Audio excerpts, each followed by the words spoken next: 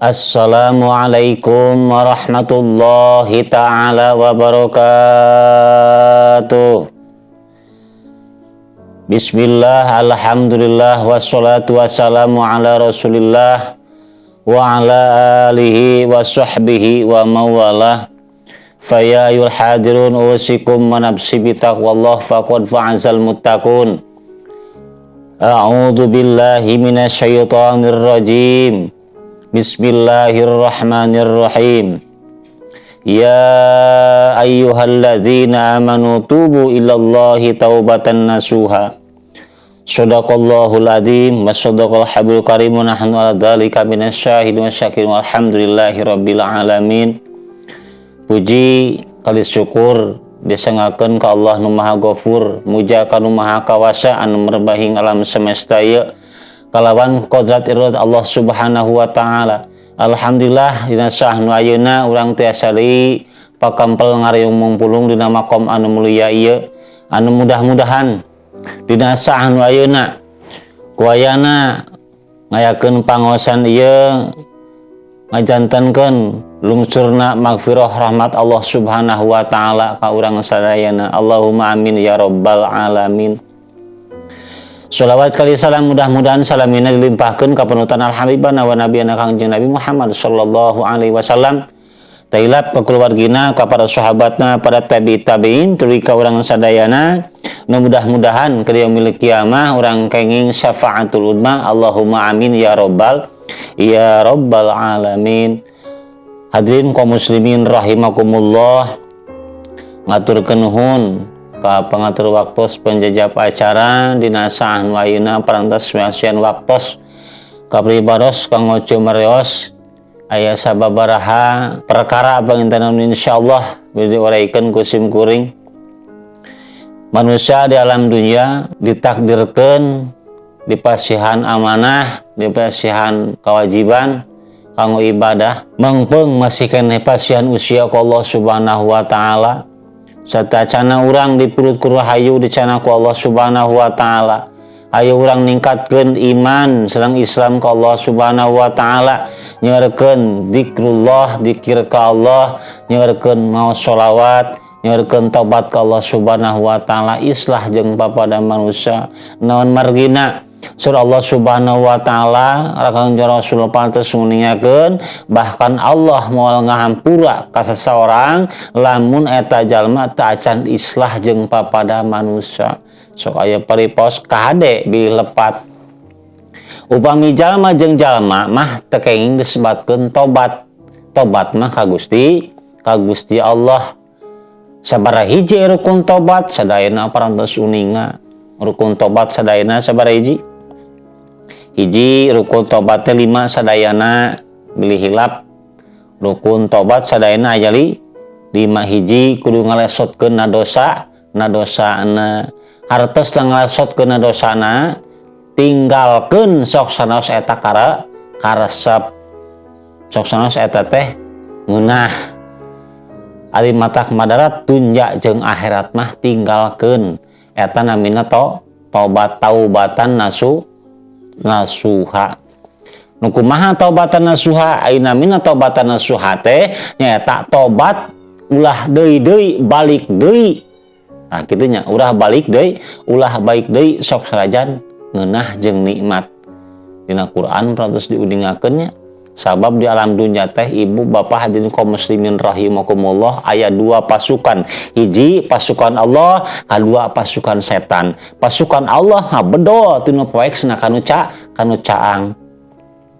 Setan iblis mah eureun-eureun bakal ngabedo tinu caang sana kanu poek. Sabab jalma lamun jalma keur kufur ditutur-tutur ku iblis jeung setan, lamun manahan nepi ka kufur poho kana syukur bungaheun eta iblis, keplok eta iblis, bahkan eta teh jadi saha? Jadi batur manehanana. Naudzubillahi min dalik. Kedah kumaha tuh di mana urang keur kasasar buru-buru urang teh naon? Balik deui tinu poek kanu caang. Kitu nya. Sebab bisikan-bisikan setan, bisikan iblis anu aya di urang nya. Iblis teh kumaha bentukna? Setan teh kumaha bentukna? Bentukna iblis jeung setan teh Hadirin kaum muslimin rahimakumullah, awakna kawas muning, rupana kawas hurang. Rupana kawas kuring, awakna juga urang. Jadi di mana? Di urang kene. Kesebatkeun sok setan naon tah? Setan wanas. Aya setan wanas teh ngagoda anu maleui papada manusa. Contoh. Datang poe Jumaahan. Geus puguh eta teh poe Jumaah. Anu si A mah tara Jumaahan, si B mah sok Jumaahan. Dek ka mana euy? Dek Jumaahan lah eureun heula, sapi urang ngopi heula. Tungtung teh eureun we kagoda ku si eta setan wanas. Terus kumaha? Terus ngopi. Nu akhirna kumaha? Kowong teh geus adzan di masjid. Tinggalin sholat naon tah? Sholat Jumatan. Tah nu kitu disebutkeun setan bungkeulekan, setan wanas nu kitu. Anu ngabungkeuleuk. Nu kumaha tuh iblis? Setan anu sok ngagoda ka urang. Iblis setan benten, aya iblis aya setan. Iblis jeung setan salamina ngagoda ka urang sangkan naon tah? Sangkan poho kana nikmat, sangkan ninggalkeun kawajiban urang. Lamun kana dosa asa nikmat karasana. Lamun kana dibawa kana kasayan, kana pangaosan, boh kana naon bae anu melalui matak meunang ridha Allah, tangtos bakal teh enak karaosna. Contoh, ibu bapak kaum muslimin rahimakumullah, lamun urang dongkap ka masjid sejarek pangaosan boro-boro sajam. Samenit oge dua katidurna teh nunutan leres. Nunutan tuluh hawana benten jeung naon? Benten jeung dina maksiat sapeuting ceput, lamun maksiat mah kuat. Naon margina? Margi nu ngadukungna saha? Iblis jeung setan, tapi di canaka pangaosan mah ngalangut, tinihan punukna langut. Kan gitu nunutan. Dongkap Jumaahan, supe ka masjid, tuluh hawana pokna teh lain euy poe tadi mah Jumaahan eueuh khutbahannya. Lain eueuh khutbahan si lain nu peureum matak teu inget aya khutbah. Naon sabab nunutan. Kitu nya, sabab nunutan. Lamun urang sejak rek ngalaksanakeun peribadahan, dongkap ka masjid, teras urang natepan 2 rakaat, rata-rata jalma sok kumaha tah dongkap ka masjid teh diuk we kitu nya. Natepan 2 rakaat tahiyatul masjid, teras urang ngaos naon tah? I'tikaf nawaitu an atakifa fi hadzal masjid taqruban illallah, sejak eling ka Allah, takrub ka Allah, nyekatkeun diri ka Gusti Allah, mengpeung masih kadeh dipasihan usia, teras urang emut ka dosa disebut tobat teh. Emut ka dosa anu geus kalakukeun ku urang, tobatan ka Gusti Allah. Lamun jeung papada manusia sok islah jeung papada manusia ulah ieu mah kumaha? Salaki jeung pamajikan teh kumaha men teh dihampura teh setahun sakali ulah ieu mah kumaha? Datang bulan puasa minta dihampura, cek ajengan kudu minta dihampura kanu jadi salakina. Datang bulan Syawal, lebaran teh geuningan poean lebaran mah tanggal 1 bulan Syawal. Jalema teh lomba-lomba di dalam kecerikan leres. Ceurik anu teu ngalangsa ge ngalangsa, sabab kababawa ku batur. Lain ingat kana dosa, sabab galib batur ge lamun minta dihampura teh ceurik. Nu sae mah kumaha?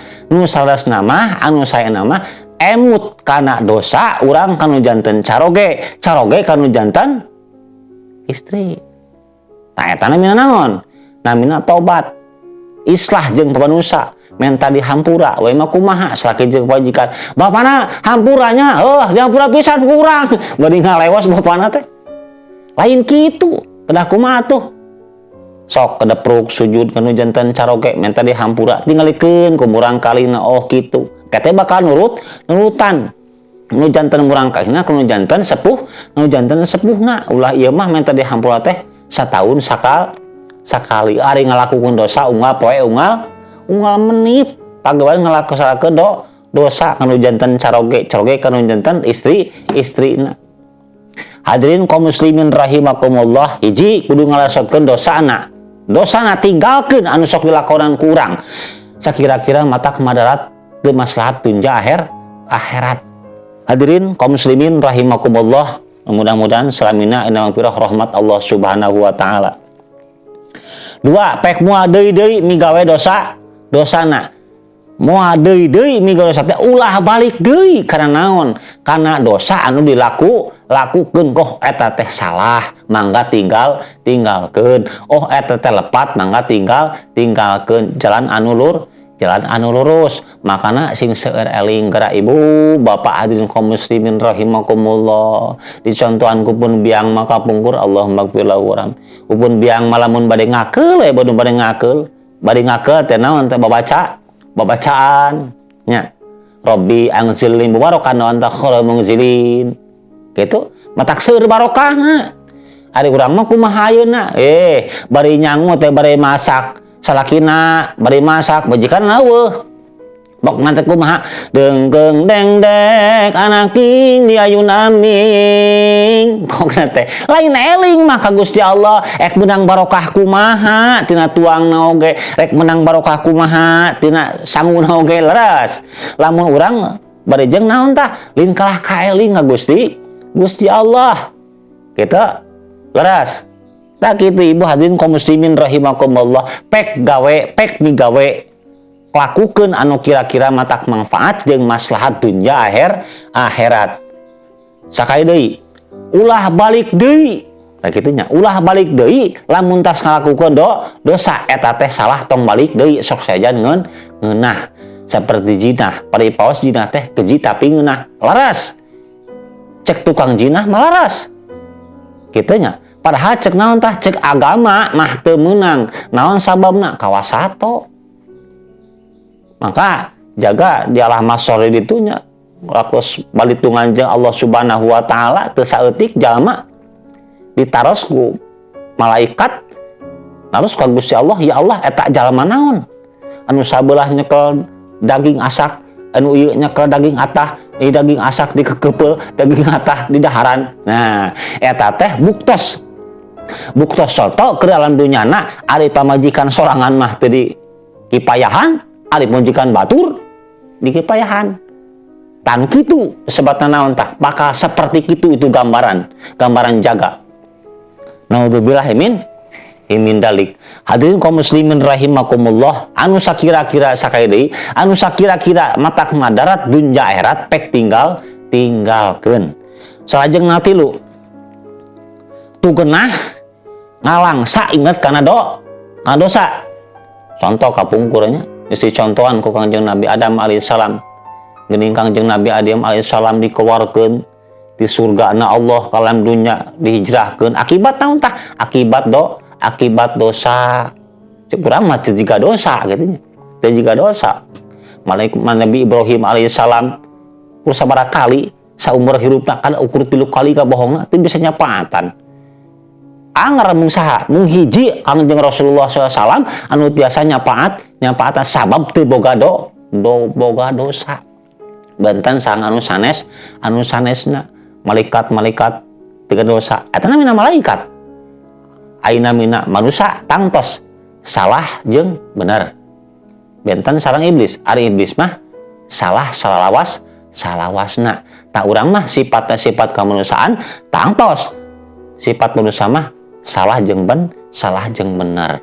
Taku kituna lamun urang keur nincak dina kasalahan buru-buru urang balik deui. Lamun urang keur poek lupat kana caang matak cek Kangjeng Rasul sing nyaeurkeun anjeun pacampur gaul jeung para alimil ulama jeung para anbiya jeung para santri para kiai para ustad. Naon margi lamun urang tebih ti para alimil ulama tangtos jalmi teh bakal poek hatena saperti poek merdong teu katinggal karaos ku urang painten ibu bapak.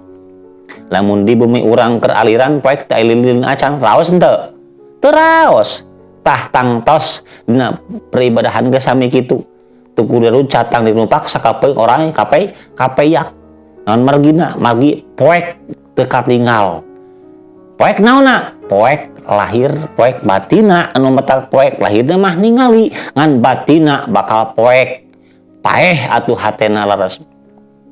Hadirin kaum muslimin rahimakumullah. Taku kituna urang sing kersa nya, sing kersa jeung bapada arimil ulama, sing kersa para santri wasantria, sing kersa kana pangaos, kana pangaosan atuh teu sasasih sakali ge, samingon sakali. cenah tebih da ieu mah sasa aya dina TV, aya dina HP sok eta matak manfaat kanggo naon tah? Kanggo ngeusian rohani anu diurang. Hadirin kaum muslimin rahimakumullah, nomor kaopat menta hampura ka Gusti Allah sapertos Kangjeng Nabi Adam alaihissalam teh menta dihampura ka manusia sabab anjeunna mah nyalira ku Allah dipasihan geuning nya aosanana diaoskeun eta ku Kangjeng Nabi Adam alaihissalam sakitu lamina puluhan tahun.